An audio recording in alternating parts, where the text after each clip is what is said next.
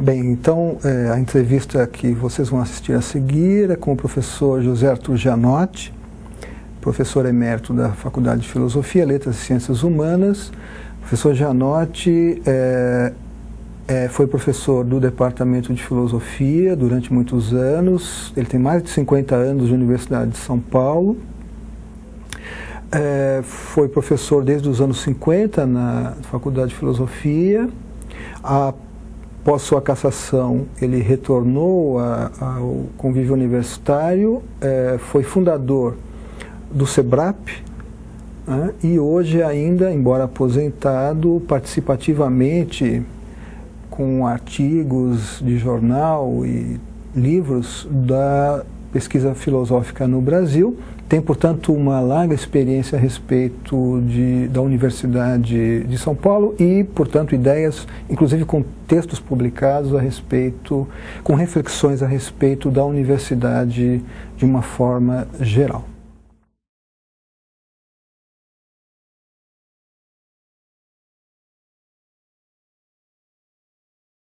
Eu diria, não sejamos metafísicos e dizer o que a universidade deve ser. Hoje a universidade é uma instituição extremamente diversificada, isto é, existe universidade de todos os tipos.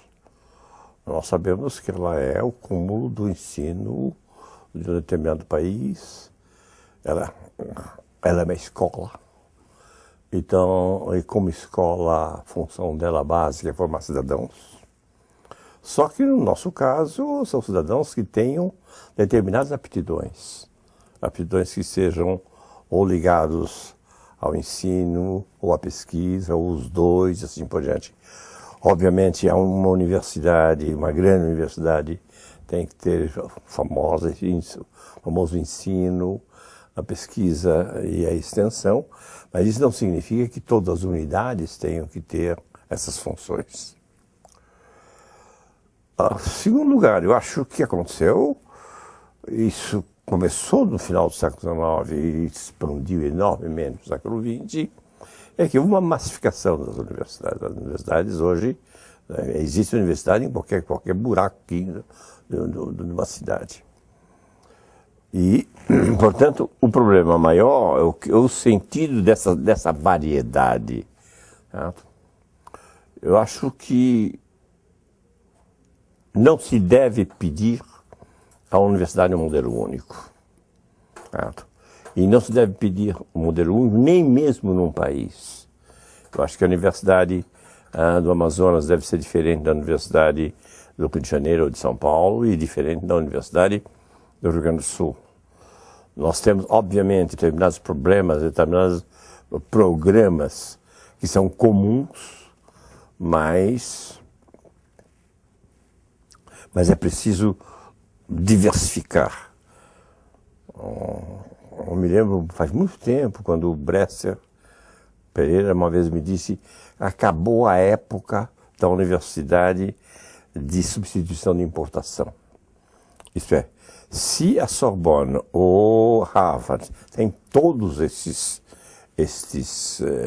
departamentos e essas instituições, então se faltar da Universidade de São Paulo um departamento de sânscrito, então é preciso que se estabeleça um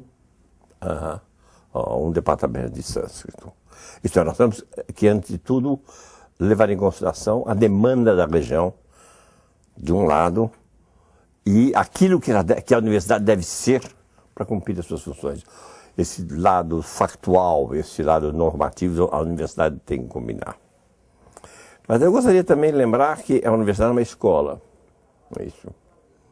E como escola, eu me lembro, eu fiquei muito chocado quando eu li, há muito tempo, quando eu era aluno ainda aqui, um texto do Antônio Cândido que dizia: toda universidade, toda escola é conservadora. Então, imaginar que uma escola possa ser o lugar de uma revolução é imaginar que nós não estejamos na universidade. A universidade tem por si mesmo o caráter de acentuar os valores tradicionais. Isso não significa que ela não faça uma crítica desses valores, mas ela não pode deixar de passar em branco a tradição. A universidade é um lugar da tradição. Não precisa caricaturar a tradição. Nós estamos vendo, às vezes, as faculdades jovens, né, tentam imitar Coimbra ou Sorbonne, mas é essencial que se saiba que aqui, na universidade, determinadas funções são cumpridas. Isto é, que o aluno saia com uma determinada formação capaz de dar a ele um lugar no mercado de trabalho. Que existem também funções de ponta que a universidade deve promover. Nessas condições, sabendo que houve um enorme processo de massificação das universidades, é preciso que as universidades, em particular as universidades públicas, tenham um programa de formação de quadros. Eu não posso falar em formação de elite, porque a palavra foi banida, mas é necessário que as escolas de engenharia possam produzir engenheiros de nível A, B, C, D. E, pelo que nós estamos vendo em geral no Brasil, mesmo as melhores universidades estão produzindo quadros de qualidade CD. Mas há algumas exceções, obviamente, mas nós estamos vendo que as universidades não estão produzindo o pessoal necessário para o desenvolvimento do país. Eu não vou dizer para o desenvolvimento capitalista do país, mas sem geração de riqueza e sem modernização do país, o país cai numa decadência enorme e nós podemos perder a vez da história.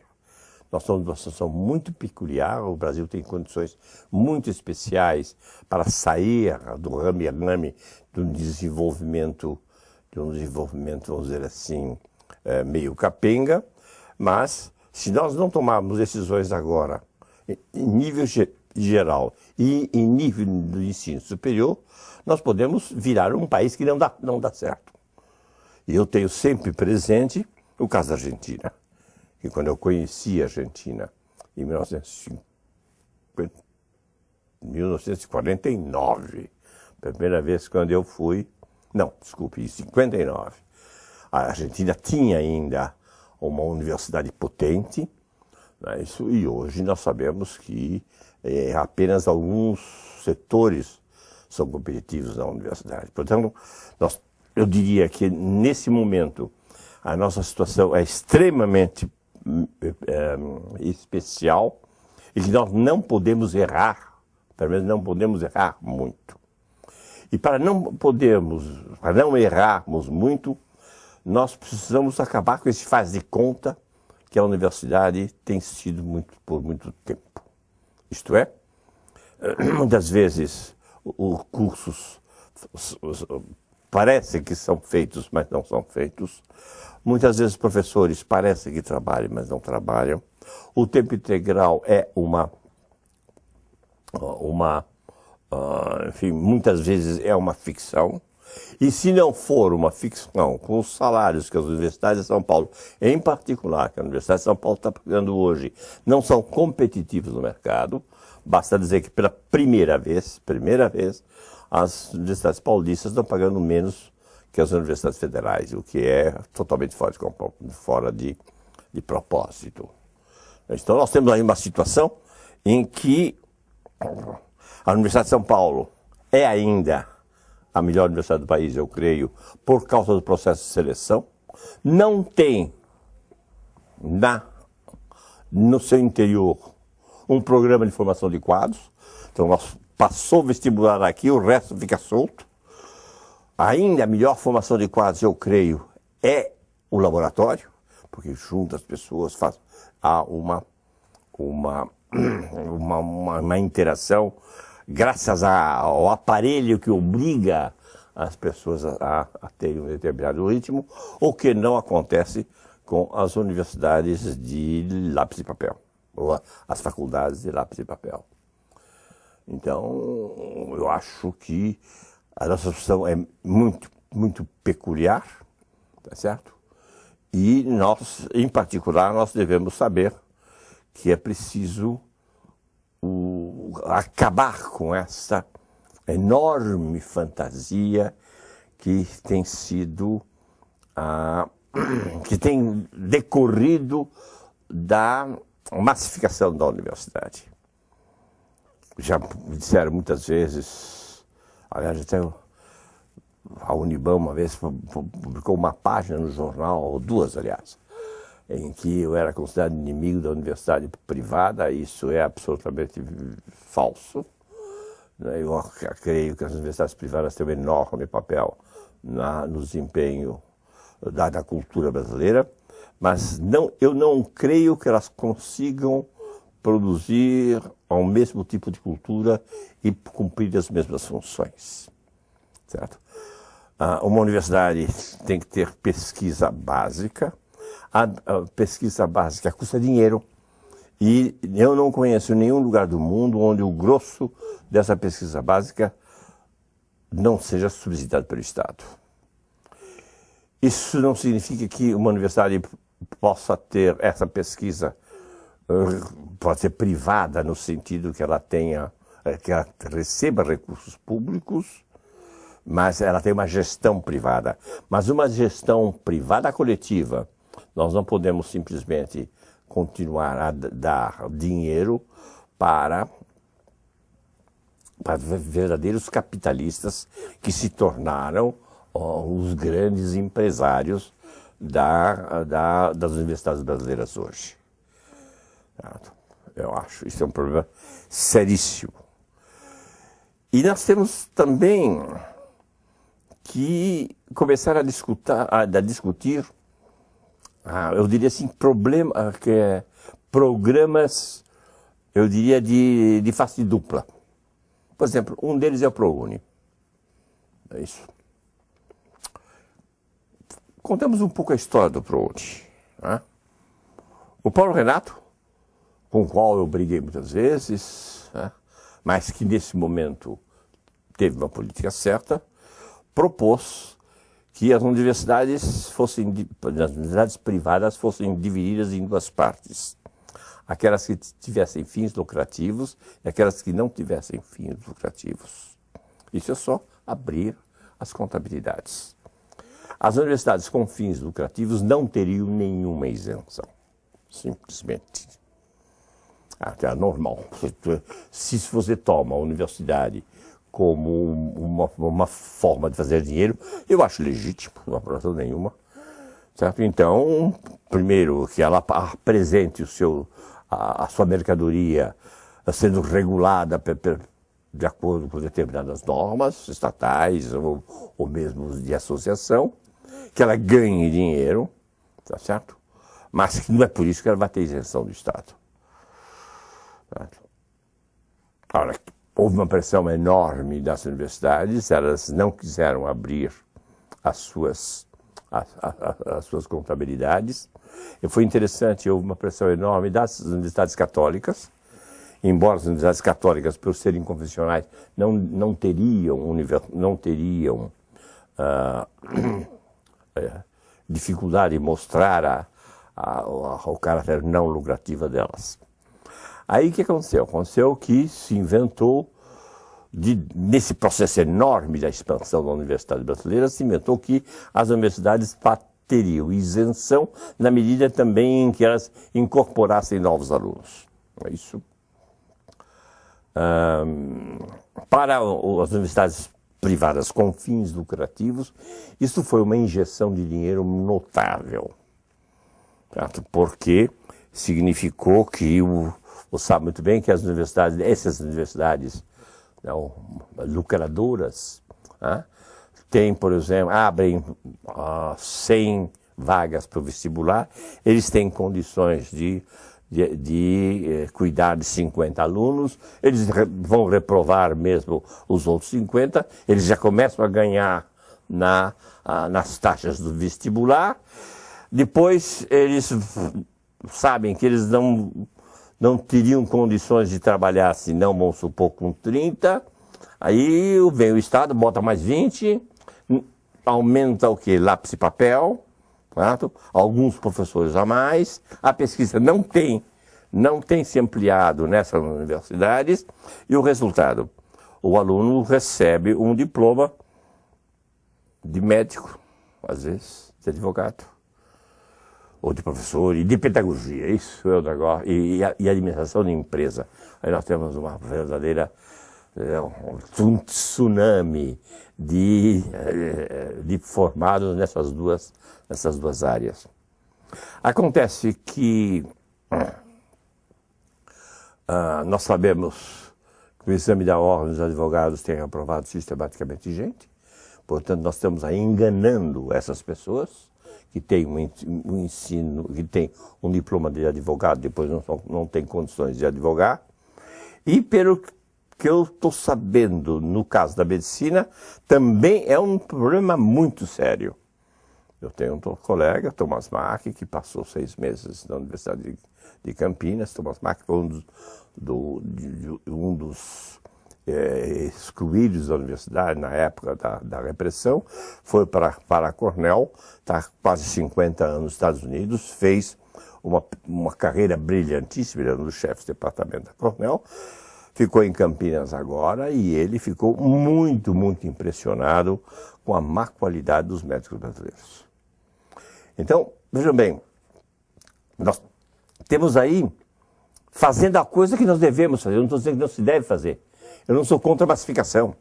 Eu não sou contra a expansão das universidades privadas. Eu não sou contra, tá certo? Que elas ganhem dinheiro. Mas que elas ganhem dinheiro honestamente. Simplesmente fazendo com que elas tenham a capacidade de produzir produtos razoavelmente controlados. Isso não está acontecendo. Esse tsunami de diplomas está servindo para essas classes médias que o Brasil hoje, felizmente, graças a uma política, uma boa parte, eu diria, da política lulopetista, de introduzir na vida cotidiana brasileira e no sistema político, serve para o advogado, o diploma de advogado serve para o lojista ter 2 ou 3 pontos a mais no seu emprego. Eu acho isso extremamente perigoso se nós não invertermos a situação e não realmente criarmos maneiras de produzir os quadros que o desenvolvimento brasileiro está pedindo hoje.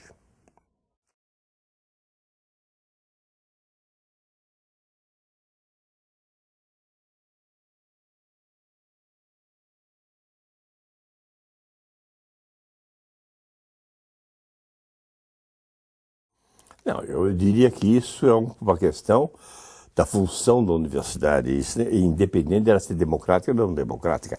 A China não é um país democrático, a China não tem uma universidade democrática e ela tem um programa educacional que é absolutamente extraordinário.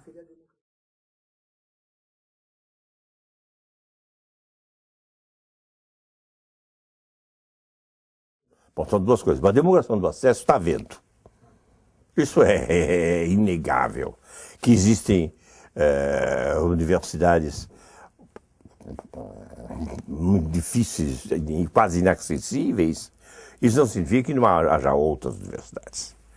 E, em particular, nessa expansão, eu diria assim, desordenada das universidades públicas. Certo? Durante o governo Lula, ele formou 15 universidades, né? Parece, não sei, não tenho o número exato, mas eu conheço algumas delas, nada mais são do que colégios que receberam o título de universidade. Há universidades que hoje ostentam esse título e que não têm biblioteca decente, certo? Então se engana o aluno dizendo que ele está numa universidade. A democratização do acesso, primeiro, é uma democratização que deve vir não da universidade, mas do ensino médio. Se nós tivermos esse ensino médio vagabundo que nós temos, não é isso? Com um currículo absolutamente maluco, que é capaz de ter a história da Almei, mas não tem o Renascimento, portanto nós não sabemos mais que lugar nós vamos ocupar no Ocidente. Um ensino médio em que os professores de matemática, em geral, não são qualificados para dar aquilo que eles estão dando. Um ensino médio em que os professores de filosofia, em geral, são pedagogos ou padres e assim por diante, porque então a situação é muito grave. E mais ainda, tanto no ensino médio como na universidade, nós temos um processo de estabilização que é absolutamente fora de propósito. Vejam bem, eu sou inteiramente favorável à estabilização dos professores, não estou dizendo que não. Não quero botá-los como nos Estados Unidos, em que ou publica ou vai embora. Mas, se você pega hoje uma jovem universidade, né, e você conhece várias delas, que de repente tem um departamento que tem 30 e poucos professores. Eles fazem um concurso, preenche todos esses cargos com jovens cuja formação já é deficitária. Ora, nós sabemos perfeitamente que se nós tivermos 100 pesquisadores com 20 e poucos anos, quando eles tiverem 35, se nós tivermos 40 pesquisadores em forma e trabalhando, já é um grande número. Nós estamos simplesmente entupindo as universidades de jovens pesquisadores ou de jovens professores, que daqui, como vão ser aposentados quando ficarem, com 70 anos ou coisa desse tipo, nós estamos esclerosando a Universidade Brasileira. Então nós temos uma massificação, uma democratização de acesso, tá certo? E, em compensação, enganando as pessoas que estão entrando na universidade. E mais ainda, esclerosando o próprio funcionamento da universidade, na medida em que a rede foi expandida atabalhoadamente. Em relação à gerência democrática, eu sou inteiramente favorável à diversidade. Eu não vejo razão nenhuma que todas as universidades sejam geridas por um terço dos professores, alunos e funcionários. As possibilidades são variadas e cada um experimenta a sua, mas que haja processos de regulamentação muito fortes e muito competentes para saber se as coisas estão funcionando ou não. Aí uma outra coisa que eu vou fazer uma crítica. Para de fazer